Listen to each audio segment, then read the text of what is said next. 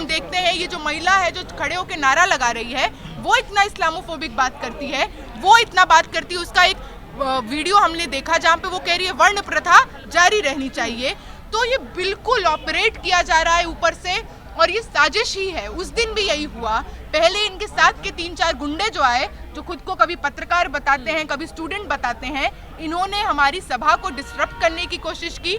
जब इनकी असफल हो गया है ना, इनका जो कोशिश था असफल हो गया, तो इन्होंने क्या किया कि इस महिला को भेजा। ये महिला एक पत्रकार जो बामसेफ न्यूज़ में काम करते हैं, उनको दबोचा, उनको पकड़ा, उनका फ़ोन छीन लिया, उनको साइड में हेकल कर रही थी, थ्रैश कर रही थी और लगातार खुद के मुंह से कह रही है कि छेड़ मत। सीआरपीएफ है, पुलिस है, गार्ड्स है, जितने लोग इकट्ठा होकर सभा कर रहे हैं उनसे 3 गुना ज़्यादा आबादी में है, लेकिन कोई भी कुछ नहीं करता। ये महिला अपने गुंडों को लेकर भागने लगती है तो हम में से 3-4 महिलाएं पीछा करती हैं। एक दूसरा वीडियो जो चल रहा है जिसमें हमने इसको पकड़ा हुआ है, कहा जा रहा है कान में रेप थ्रेट्स दिए गए, नंगा परेड कराएंगे, ऐसी शर्मजनक बातें, इतनी प्रॉब्लमैटिक बातें बोली जा रही हैं जिसका कोई एविडेंस नहीं है।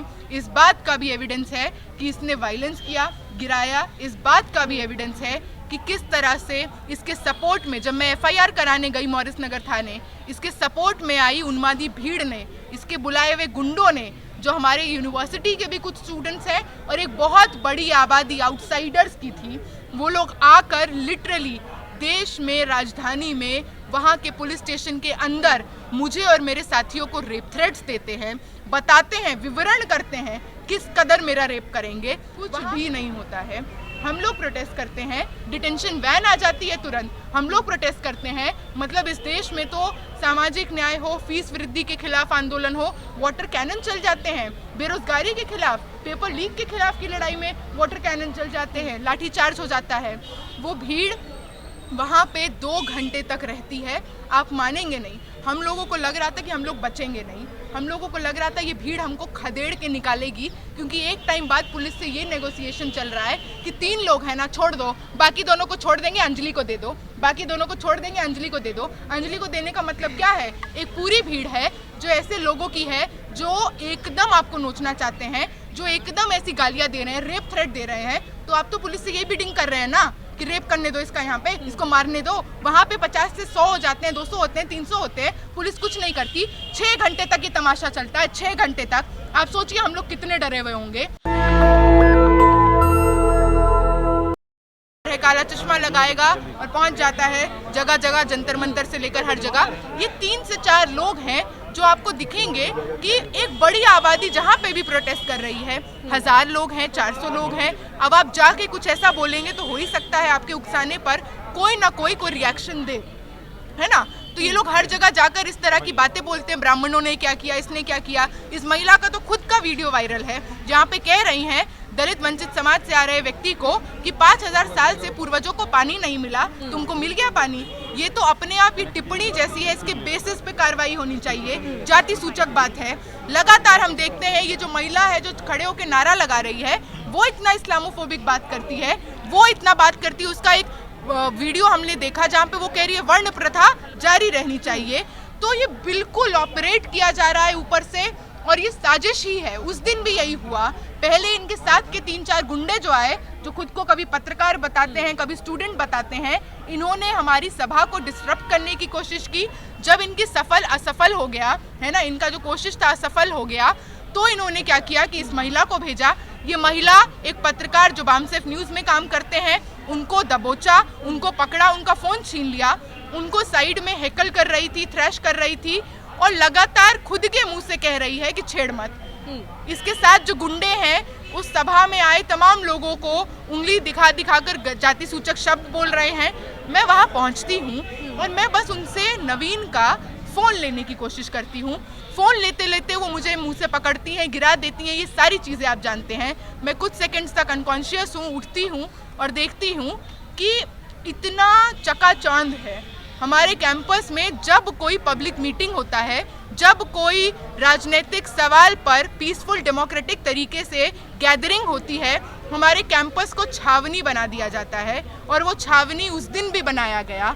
सीआरपीएफ है, पुलिस है, गार्ड्स है, जितने लोग इकट्ठा होकर सभा कर रहे हैं उनसे 3 गुना ज़्यादा आबादी में है, लेकिन कोई भी कुछ नहीं करता। ये महिला अपने गुंडों को लेकर भागने लगती है तो हम में से 3-4 महिलाएं पीछा करती हैं।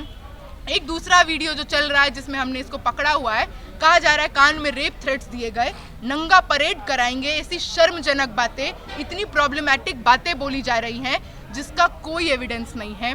इस बात का भी एविडेंस है कि इसने वायलेंस किया, गिराया। इस बात का भी एविडेंस है कि किस तरह से इसके सपोर्ट में, जब मैं FIR कराने गई मॉरिस नगर थाने, इसके सपोर्ट में आई उन्मादी भीड़ ने, इसके बुलाए हुए गुंडों ने, जो हमारे यूनिवर्सिटी के भी कुछ स्टूडेंट्स हैं और एक बहुत बड़ी आबादी आउटसाइडर्स की थी, वो लोग आकर लिटरली देश में, राजधानी में, वहाँ के पुलिस स्टेशन के अंदर मुझे और मेरे साथियों को रेप थ्रेट्स देते हैं, बताते हैं, विवरण करते हैं किस कदर मेरा रेप करेंगे।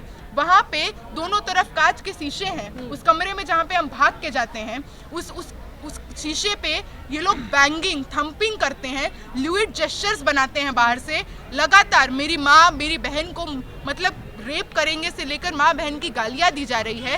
अंदर 2 से 3 ऐसे यूट्यूबर्स घुस जाते हैं, मेरे मुंह पे आकर वहाँ से लाइव टेलीकास्ट करते हैं, सीना ठोक कर कि देखो देखो UGC प्रोटेस्ट कर रही लड़की को सबक सिखा दिया गया, अब बन नेता, अब बन नेता, है ना। वहाँ पे खुलेआम रिकॉर्डिंग पे दिखता है कि वो कहते कपड़ा उतारो इसका, और पुलिस, CCTV कैमरा है, पुलिस स्टेशन है, पुलिस की मौजूदगी है और कुछ भी नहीं होता है, कुछ भी नहीं होता है।